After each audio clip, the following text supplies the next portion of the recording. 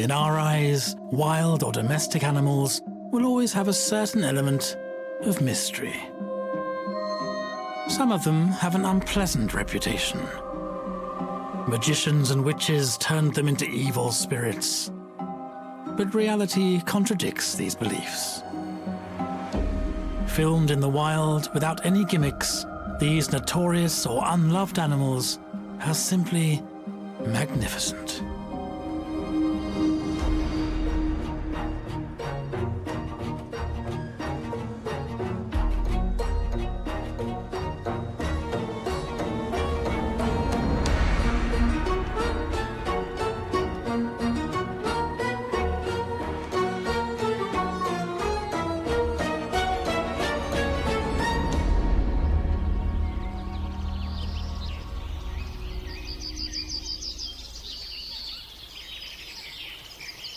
In the middle of summer, afternoons are quiet on this small farm.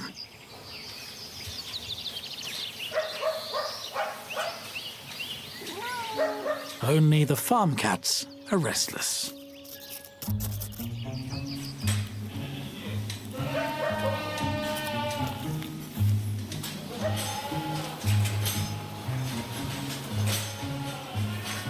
They're innumerable and can be found all over the property. They're curious about everything, fearless, and invade all the places with perfect confidence.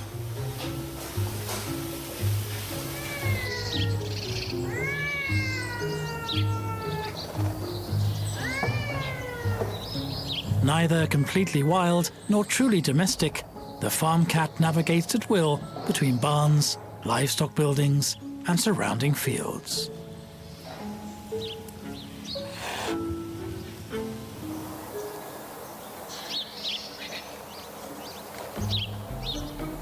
His wild ancestor in Africa had a similar life. More or less domesticated, but autonomous. The cat on our farms is difficult to approach and fiercely independent. Both predator and opportunist, it hunts small rodents without disdaining the abandoned food it finds here and there on the farm.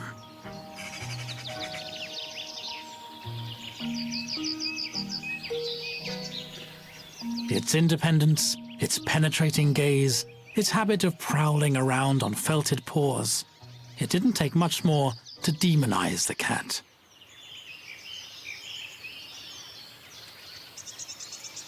Black cats have inspired the most bizarre superstitions. Crossing a black cat, especially if it comes from the left, will bring you bad luck.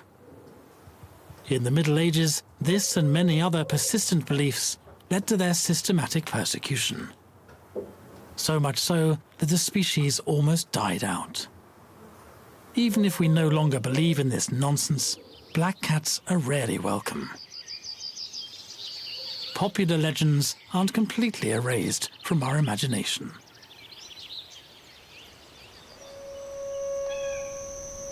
A black animal, the color of the devil, that hunts at night and sees in the dark. Nothing could create worse fears and superstitions. Beware of the black cat. He's willful, sneaky, thieving, and agile enough to help himself to every shelf in your pantry. And if he settles in your house, he'll be the master and you the slave. He's even more deceitful than the snakes he likes to eat. Good hunters' cats have earned their badge of honor elsewhere. 2,000 years ago, they were revered on the island of Cyprus, which was infested with snakes. But the black cat is also the ally of witches. Its saliva mixed with snake venom makes a formidable poison. And with its remains, the apothecary concocted remedies for ulcers. When its hair stands on end, it's as satanic as you can imagine. As an ingredient for strange potions, the black cat has its place in all the grimoire. Old legends say that witches could transform into cats up to 9 times. Just as the cat in ancient Egypt, who had 9 lives.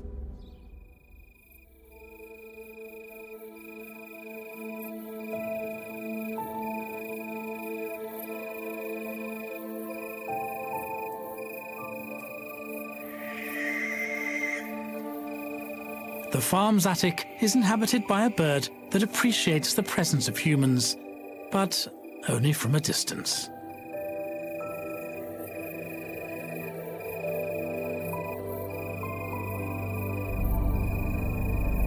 The barn owl has a schedule that is completely out of step with that of the farm owners.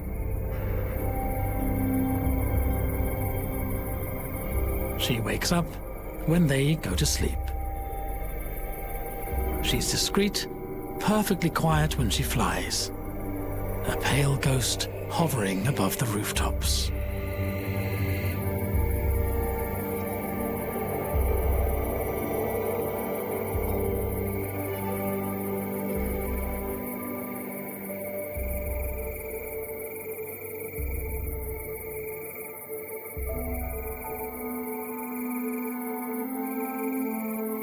Those who have the chance to observe the barn owl, also known as the White Lady, up close are fascinated by its beauty.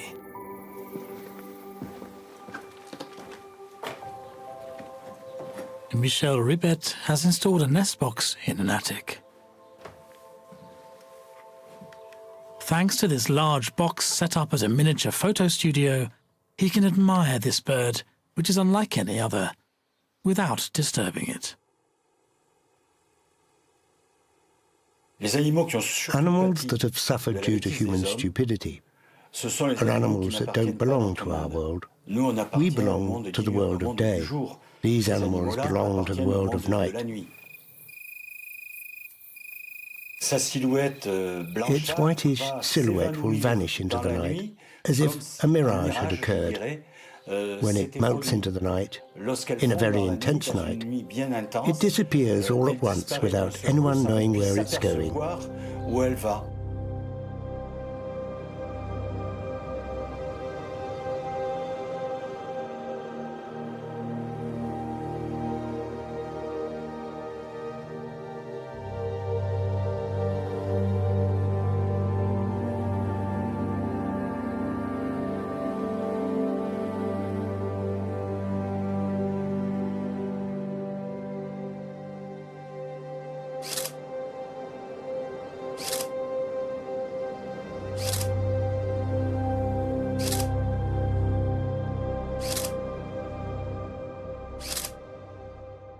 This owl, which waits until night to go out and get close to its victims without a sound, has been transformed into a bird of misfortune by our imagination.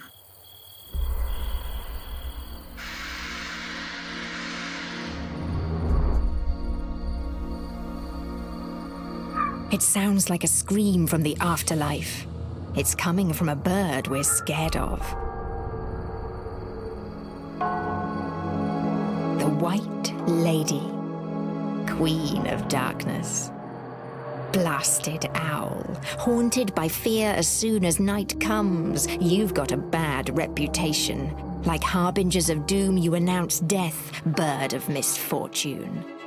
You're still very useful. Without you, mice and voles would abound in the crops.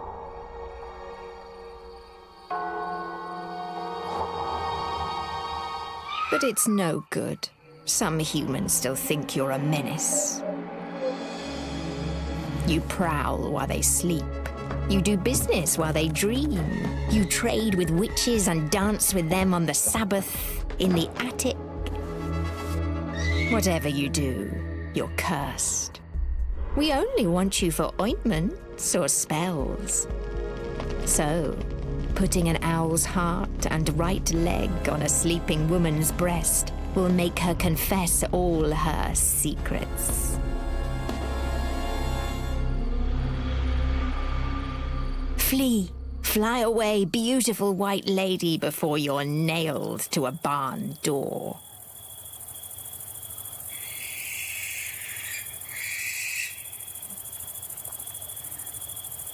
To surprise its prey, the barn owl has two strategic assets: its silent flight and its exceptional hearing.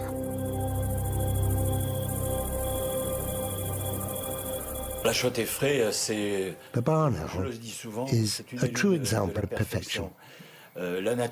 Nature has equipped it with a variably geometric facial mask.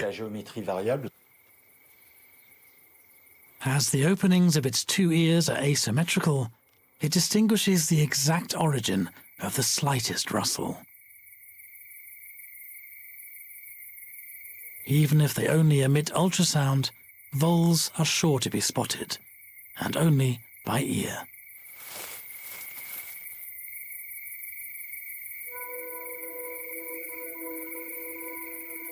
A couple of barn owls catch 3,000 to 4,000 rodents per year. This means fewer pests in cultivated fields. This makes the farmers very happy.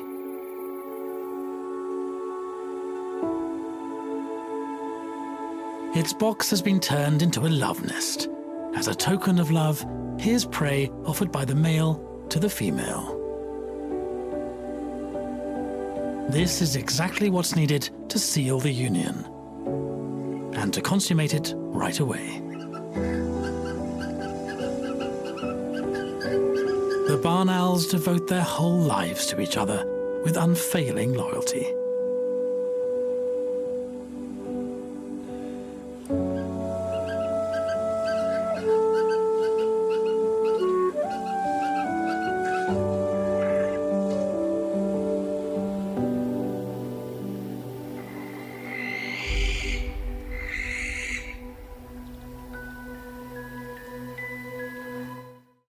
I think that's an interesting thing. This one piece will make 52 layers. Watch on mobile devices or the big screen. All for free. No subscription required.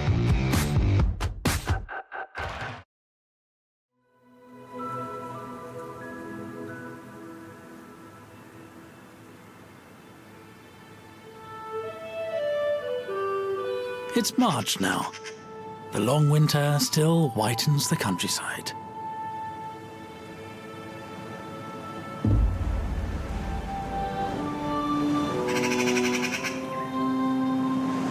At this time of year, talkative magpies gather in the trees where they sleep and chatter all day long.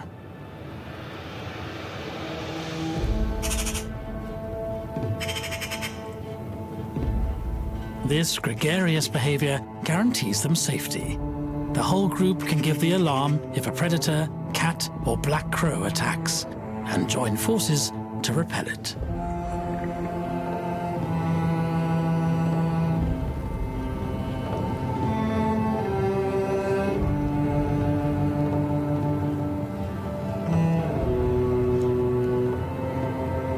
The magpie communities obviously gather where they find food. In times of famine, it will preferably be in the city. The temperature's milder and there's more food for them.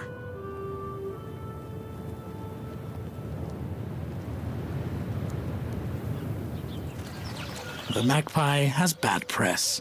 It's said to be sneaky, evil, and thieving, which puts it at the top of the list of pests.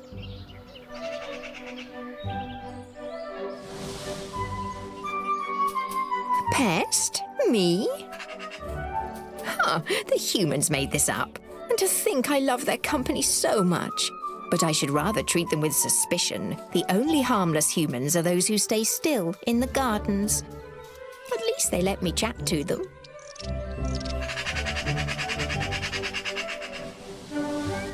Don't you want to play with me? So it seems. Well, I'll just go eat some very ripe grapes.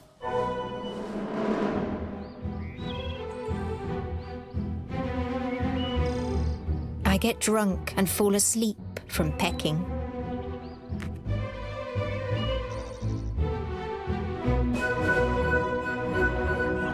I dream of the singer I used to be in really old times. 3 intoxicated carousers had wanted to compete with the muses, They went to complain to Apollo. Angry, the god of the arts turned them into magpies who could only chatter. A strange noise woke me up. Is there a thief on the farm? Alert! Alert! No one's listening to me. To think I'm the one they call a thief. Sure, I like shiny stuff, but is that any reason to hate me? What did I ever do to deserve such awful revenge? I definitely have nothing people seem to like. Even the witches didn't want my flesh because I eat anything.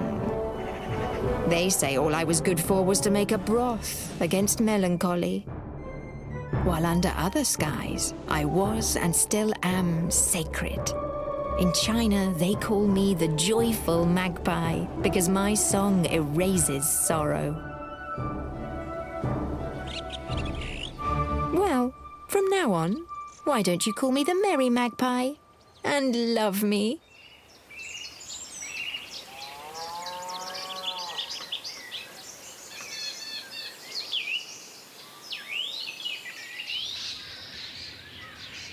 Spring is in the air. The sleeping quarters of the chatty magpies are becoming increasingly sparse. No more groups, no more couples.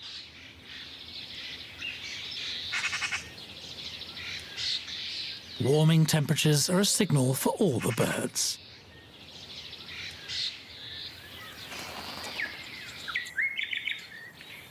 The jay starts building its nest.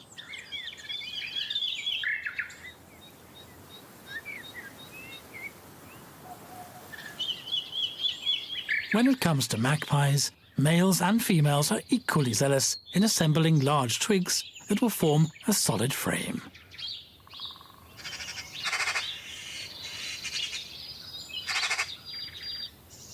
The couple sometimes build several nests to fool predators before choosing the final location. The magpie's nest sits at the top of a tree so that it's inaccessible. Only one egg laying is done in the year, and everything is done to protect it. This funnel, made of branches, looks quite rudimentary, but this is just the start.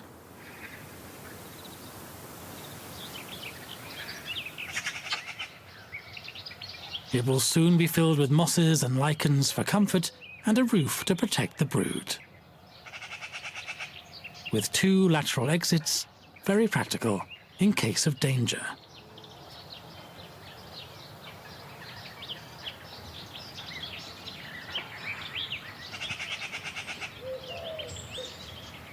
As soon as the foliage appears, the nest blends into the landscape.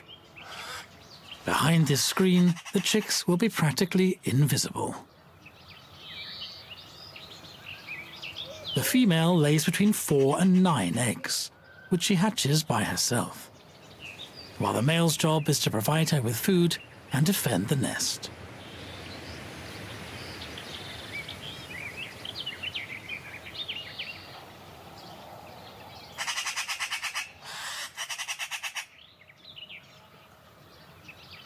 Naturalist Daniel Auclair has turned his garden into an open-air observatory.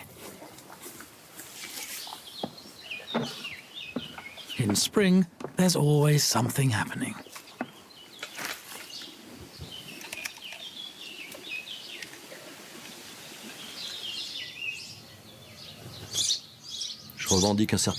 I want to be close to nature. I make people aware of the world around them, because we know a lot about distant wildlife, but we don't know what's around us.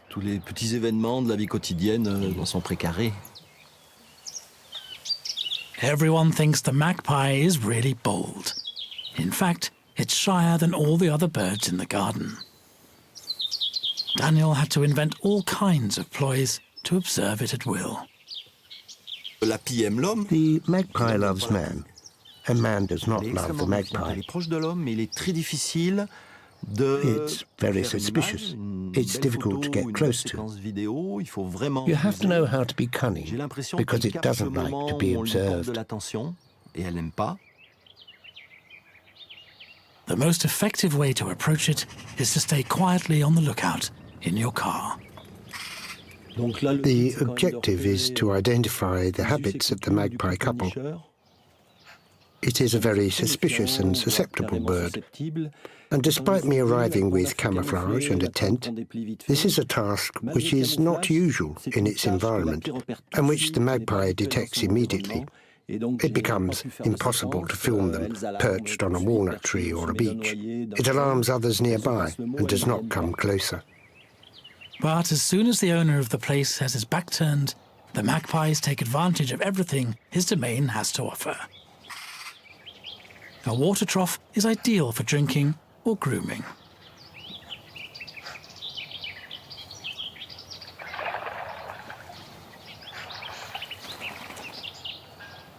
A compost pile is an interesting food source, and magpies know the difference between a human and a scarecrow.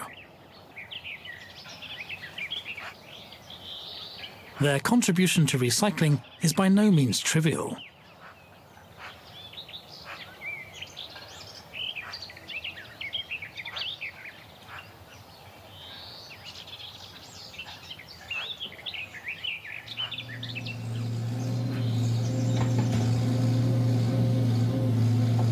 Livestock silage is full of larvae that the magpies are fond of, like many other birds.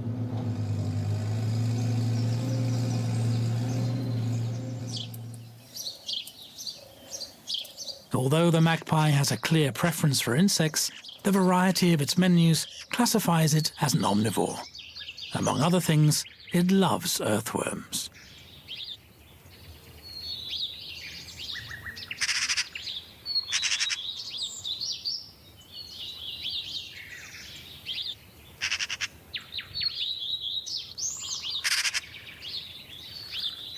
A beautiful earthworm will make several meals.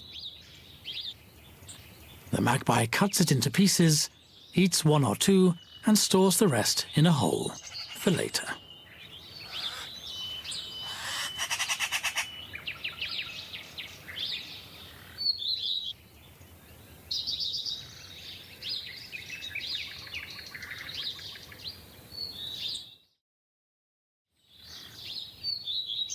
Between the barns, sheds and stables, the farm cat has a large domain full of nooks and crannies. He lives his life as he sees fit. A researcher at the University of Strasbourg traps farm cats to study their predatory behavior. Amélie Freuenweyer places a GPS collar on her subjects to observe them from a distance.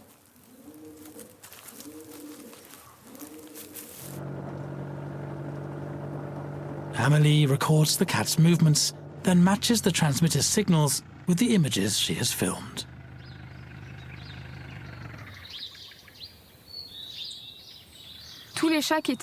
All the cats are equipped with these collars, and I filmed them simultaneously so we can associate a signal with a behavior thanks to this video.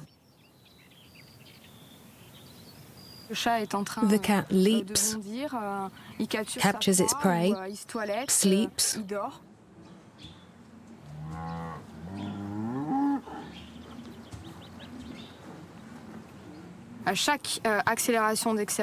With each acceleration or deceleration, I can understand what the animal's doing live, thanks to these signals.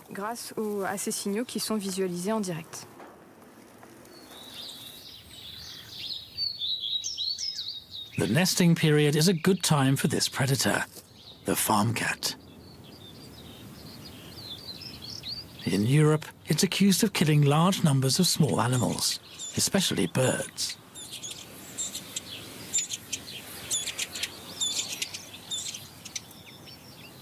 It's even singled out as one of the major perpetrators in the disappearance of certain species.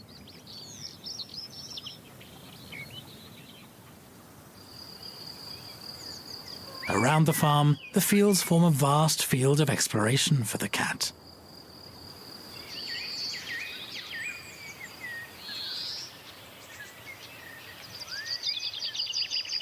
In these wide open spaces, it follows in the footsteps of its ancestor, the African wildcat. Here it is in its savanna. Looking for prey awakens its feline instinct. All its senses come into action.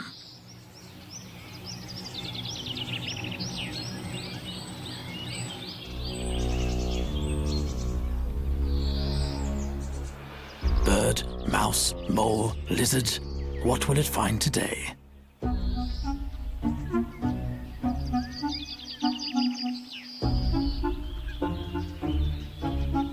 Its hearing is so sharp that it perceives the ultrasound emitted by rodents underground. Its eyesight is good, but its whiskers are even more useful to it when it hunts.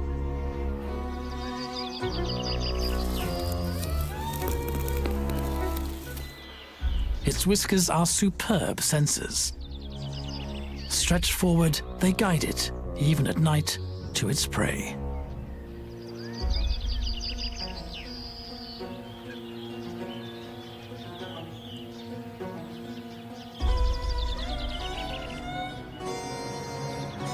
The tactics of the cat, full of flexibility and finesse.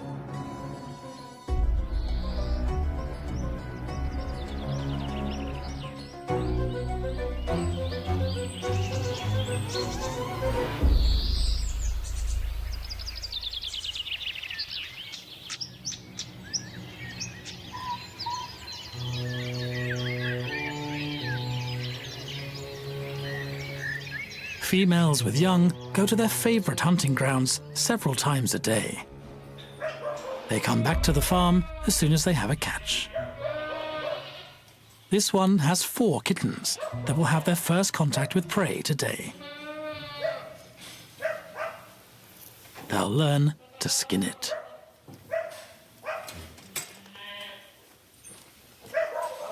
Other cats on the farm are good hunters. Man understood long ago how this predator could be useful to him. Its presence in the barn prevents invasions of mice, field mice, and other rodents. Even if it's well fed, a domestic cat sometimes attacks a rodent or a bird, driven by its predatory instinct. And if it plays with it, it's probably to relieve the pent-up stress from the hunt.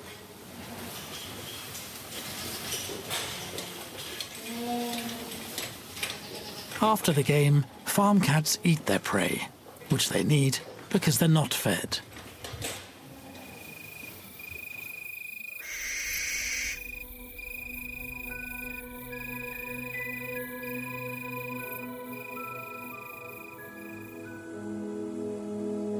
In the barn owl nest box, the female laid an egg every 3 days.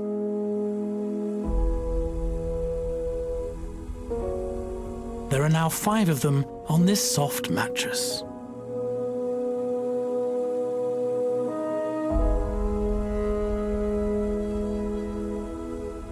The female starts brooding as soon as she has laid her first egg. This means that the hatching is staggered over time.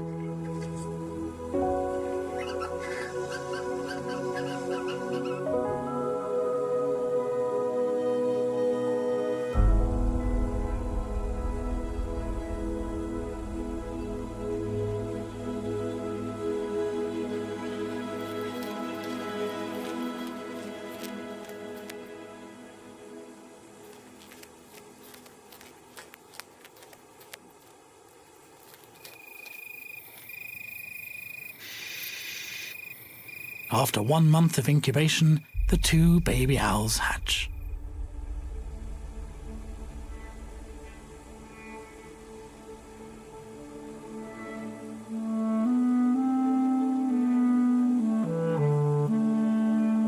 Like others, these young owls are born with their eyes closed.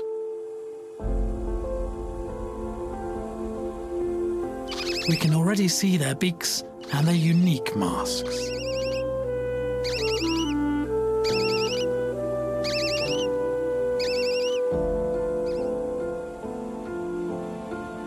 At this stage, their mother never leaves them out in the open for too long. For the first 15 days, they need the warmth of her plumage.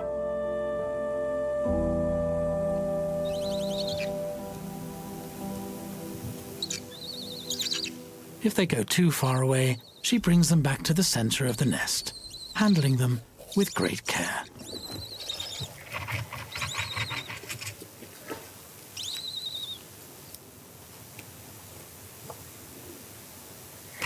During this period, the female rarely goes out. It's the male who feeds the family.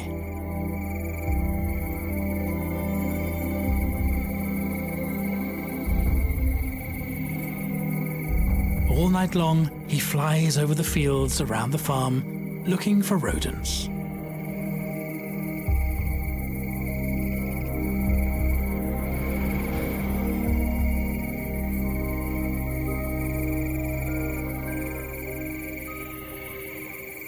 The prey is mainly for the young owls that need to quickly gain strength. 10 grams per day at the beginning.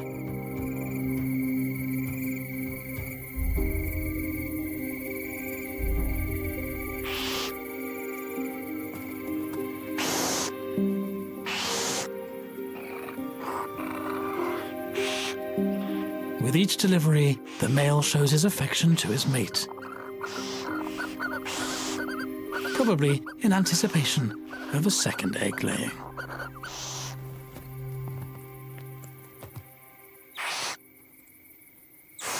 The female only cares about keeping her chicks warm and giving them food.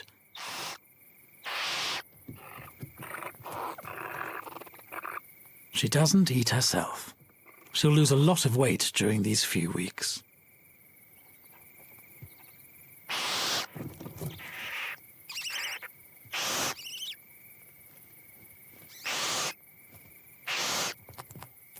Patiently, she tears off tiny chunks of flesh and distributes them into the 5 little beaks.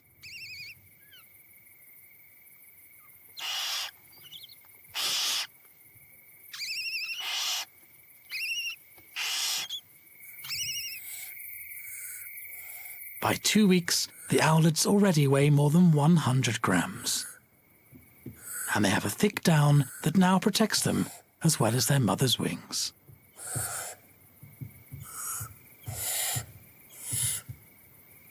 "20 days. Their facial mask is clearly visible, and the first feathers, the solid feathers of the wings, emerge from the down.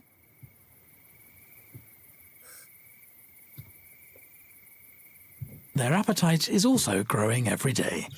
From now on, both the male and female are kept busy feeding them. Fortunately, the summer is hot, causing rodents to proliferate. The 5 little owls will grow and flourish until the day they take off." When there's an abundance of prey, the owl will take advantage of everything that nature has to offer for a while, so it can raise as many broods as possible, 2 or even 3 per year. But this is very rare. It's the only bird of prey to do that.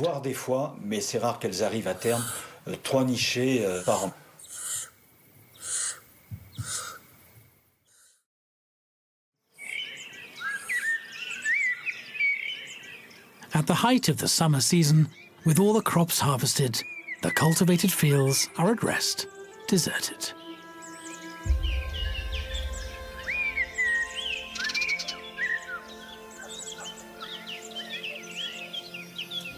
In the meadows and undergrowth, life abounds.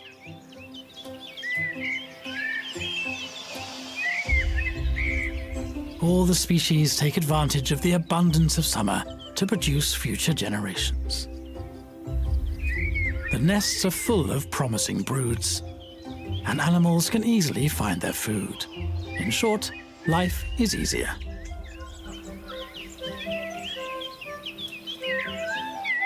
The majestic orchard cherry tree is particularly generous this year.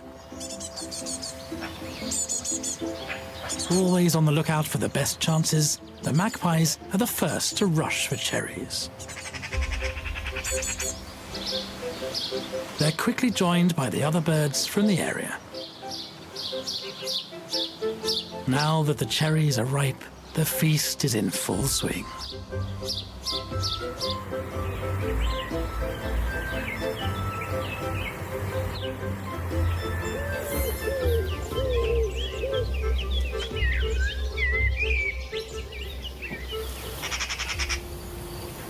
Magpies from elsewhere would love to join the banquet, but they're quickly driven out by the birds nesting on the estate.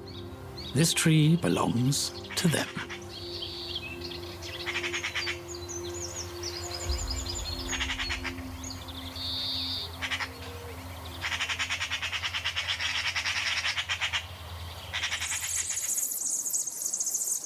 A hoopoe returns from his insect hunt with a meal for his nest.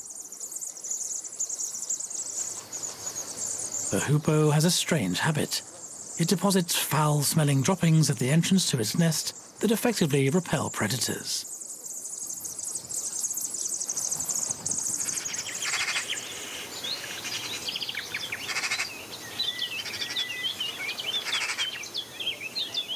In the magpie's nest, the chicks have just hatched. This is the start of an exhausting job for their parents, who have to work in pairs to satisfy this group of gluttons.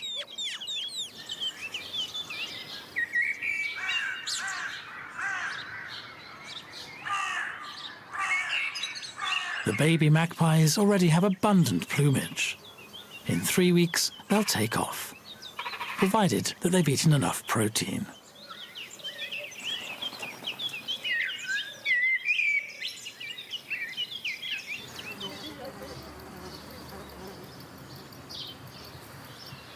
We had the chance to hear them a few days ago.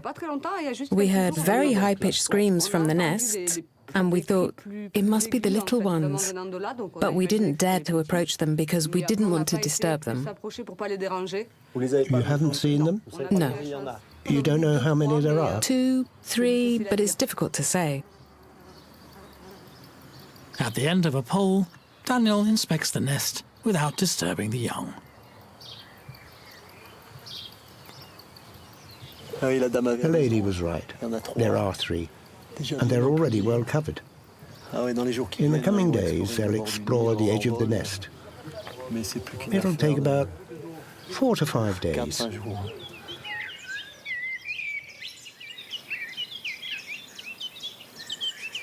Perched not far from the nest, the parents encourage their chicks to fly away. But they don't seem in a hurry to take the plunge.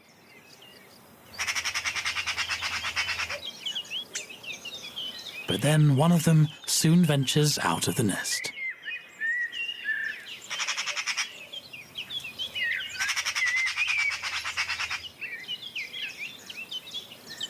This pair of buzzards is occupying a front row seat.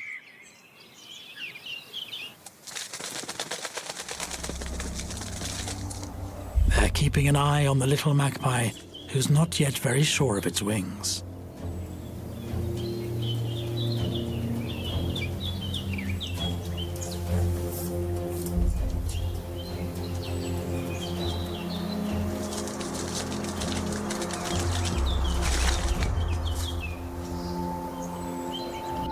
Unfortunately, the young magpie messed it up.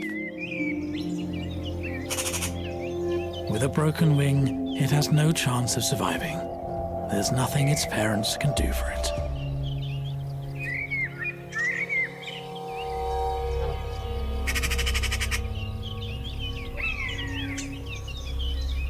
It becomes part of the circle of life.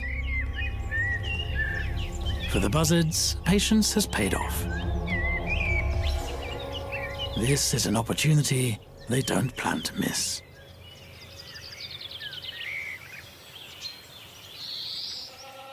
Birds of prey play an essential role as garbage collectors. And in this same ecosystem, the farm cat also has its place. It has a role as an agricultural auxiliary. It hunts rodents, which may be considered a nuisance for farmers.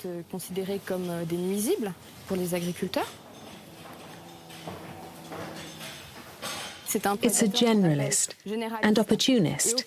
It can hunt bats, birds, rodents, as well as reptiles or amphibians. It's always active and ready to hunt. It adapts to prey and nature to survive or shelter. It's a predator that has retained its hunting instinct and evolves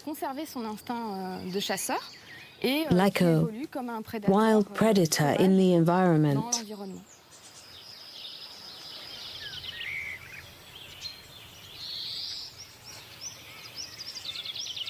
A wild predator that multiplies at will. A cat has, on average, 5 kittens per litter and 2 litters per year.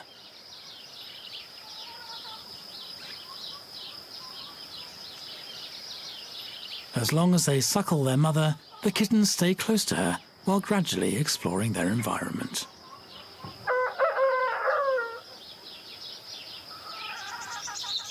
The young cats are already stubbornly curious.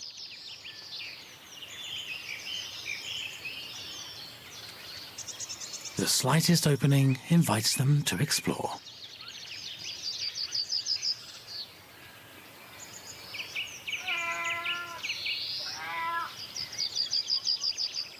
The cat licks her kittens for a long time, to calm them, reassure them, and impregnate them with her scent.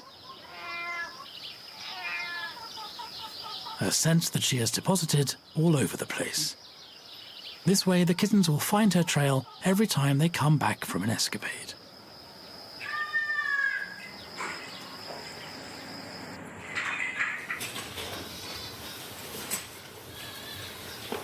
At 20 to 30 days of age, their mother takes them to another part of the farm.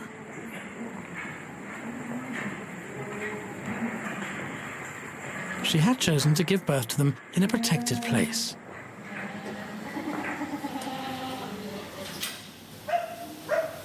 This second home is better for their education. The kittens will be able to practice all kinds of things.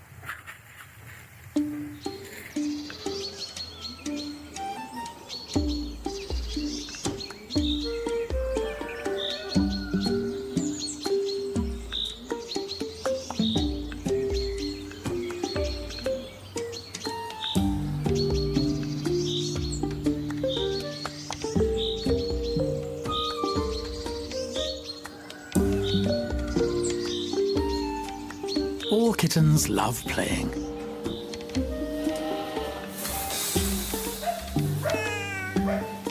Playing is learning to become a predator. Developing your agility and reflexes. Testing your limits. Practicing communicating with other cats.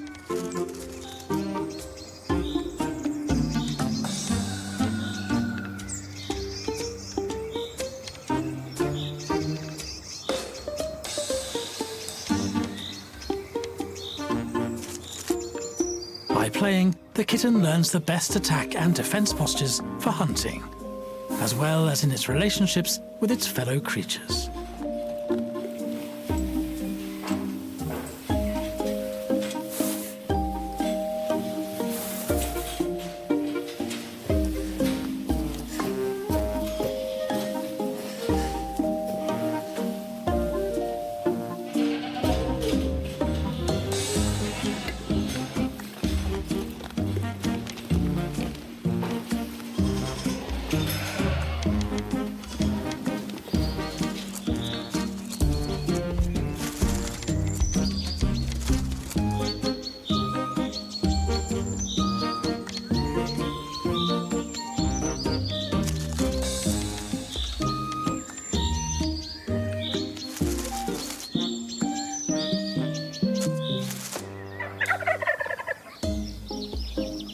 One of the great moments in the life of a young farm cat is when it discovers the farmyard.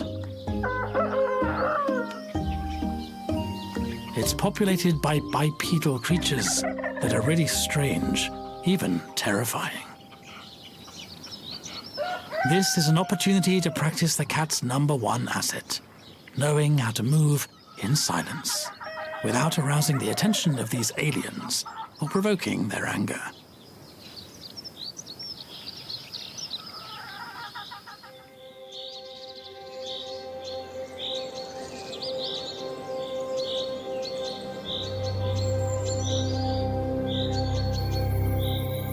In the nest box, the owls are almost unrecognizable.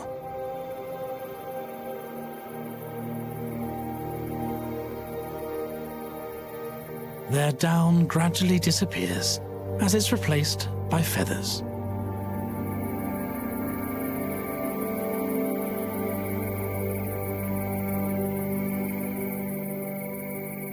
They no longer need the warmth of their mother, who is struggling with her partner to supply them.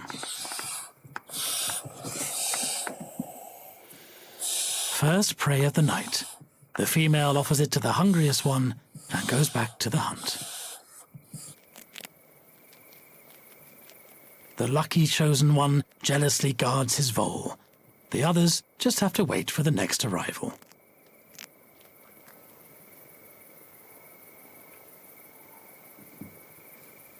Now he's able to swallow his entire prey without cutting it up, just like an adult. The undigested bones and hair are later expelled in the form of pellets called rejection balls.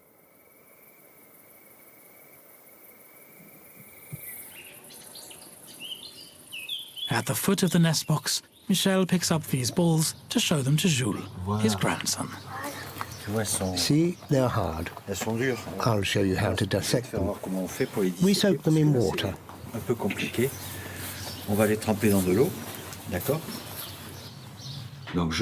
If I open that rejection ball, look. It looks like a bird. You've got it all figured out. You're becoming a barn owl expert.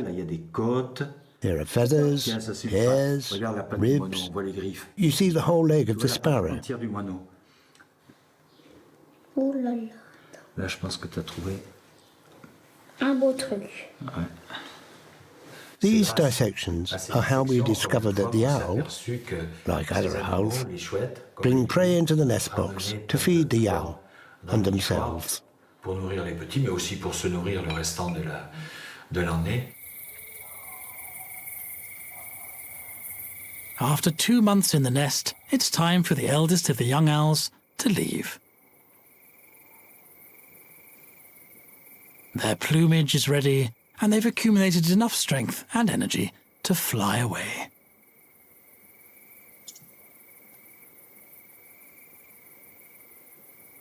After a few minutes of reflection, one of them decides.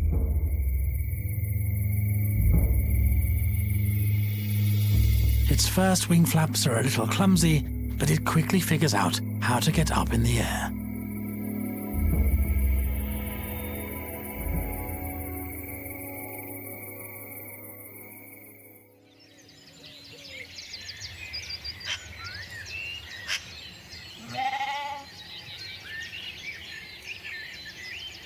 In the fields surrounding the farm, 2 very different species have developed a symbiotic relationship.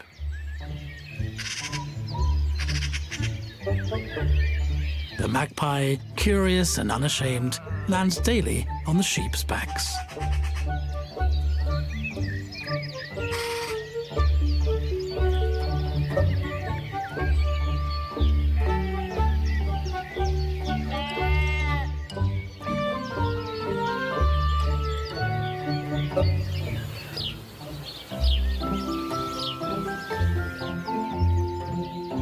This thick wool nests a lot of parasites that the magpie finds particularly tasty.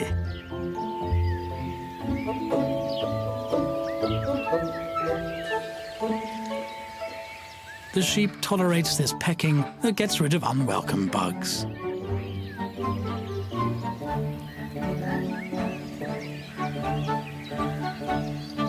one gets a body treatment, the other a picnic. And everyone's happy.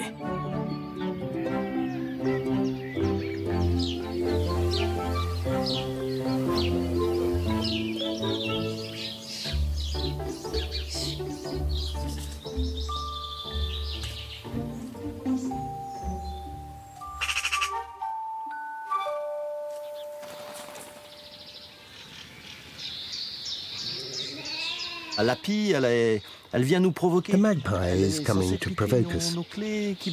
It's supposed to steal our keys. So let's go and get our keys. Because the path that will lead us to these keys will be very instructive. Retrouver ces clés va être très enrichissant, quoi.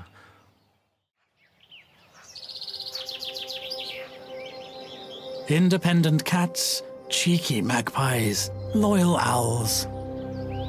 Farm animals are exciting to watch. Forget the absurd legends that made them witches, evildoers, or vectors of disease, and take the time to watch them go about their daily lives. They have an ability to adapt, a natural intelligence and wisdom that could inspire us.